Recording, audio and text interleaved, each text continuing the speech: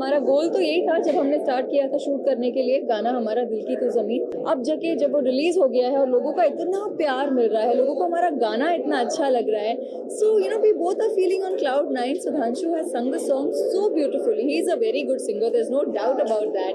तो हमने सोचा कि जब सुधांशु ने मुझे ये आइडिया बताया कि he wants to record a song and then you know let us do that song together, and हमारी pairing because already people love watching us together as Vanraj and Kavya, तो हम दोनों एक गाना इंट्रोड्यूस करें। तो मुझे सुन के बहुत अच्छा लगा ये idea, and I think let's go for it, you know, because लोगों ने हमारे जोड़ी को इतना प्यार दिया है, इतना सराहा है, हमारे जो रील्स बनते हैं वो वायरल होते हैं, people love it so much, so we thought this can be a way जहाँ हम अपना प्यार उनको ऑडियंस को गिव बैक कर सके, क्योंकि वो हमें इतना प्यार नौछावर करते हैं। तो this is the least we could have done for them, but now touch with the song, it's cross 2 million views already and people are loving it, so yeah, it's an amazing feeling. I'm glad we did this.